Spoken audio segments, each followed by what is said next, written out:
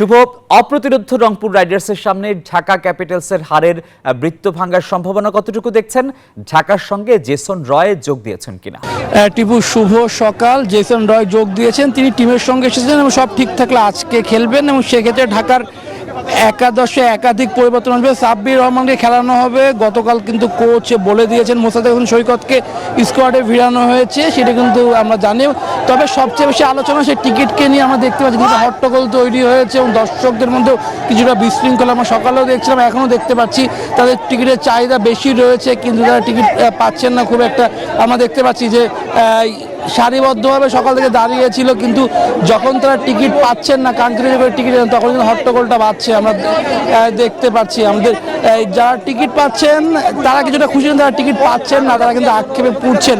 আমরা দেখছিলাম গতকালকেও দীর্ঘ লাইন ছিল, আজকেও একই অবস্থা, দীর্ঘ লাইন রয়েছে এবং সারিবদ্ধভাবে দাঁড়িয়ে রয়েছে। কিছুটা বিশৃঙ্খলাও আমরা সকালে দেখেছিলাম। আমরা দেখছি এখনও পুলিশ প্রশাসনে যারা নিরাপত্তা কাজে নিয়োজিত রয়েছে তারা কিন্তু এখানে দাঁড়িয়ে আছে এবং বিষয়টি তদারকি করছে। যেহেতু দুটি ম্যাচ রয়েছে, সিলেট স্বাগতিক দল তাদের আজকেও খেলা রয়েছে, তাদের জন্য কিন্তু বলতে হবে মূলত দর্শকদের আগ্রহ বেশি। তাছাড়া রংপুর উড়ন্ত সূচনা পেয়েছেন, সেটি ধরে রেখেছেন, তাদের মধ্যে কিন্তু আগ্রহ। আমরা দেখতে পাচ্ছি সেই টিকিট কাউন্টার ঘিরেই সকাল থেকে আমরা দেখাচ্ছিলাম যে দর্শকরা কিন্তু ভয়াবহ স্লোগান দিচ্ছিল, কারণ নির্ধারিত সময় ছিল 9টার সময়, তারা অনেক পরেই কিন্তু এসেছেন টিকিটের কাউন্টারে যারা দায়িত্বে আছেন তারা রয়েছেন। আমরা একটু কথা বলতে চাই দর্শকদের সঙ্গে। কখন থেকে এসে দাঁড়িয়ে আছেন আপনারা? 3 ঘন্টা ধরে ভাই বাদ টিকিট ভাই আর নেবো। একজন কয়টা করে টিকিট?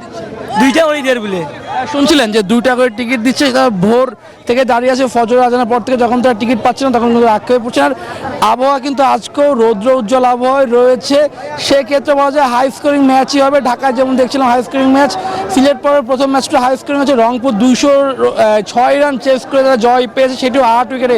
সেগুলো মিলিয়ে বলতে হবে যে মাঠের লড়াই জমে উঠলো। মাঠের বাইরে একাধিক ঘটনাকে নানা প্রশ্ন দেখা যাচ্ছে। টিপু, এই ছিল সিলেট থেকে আমার কাছে এখন পর্যন্ত সর্বশেষ।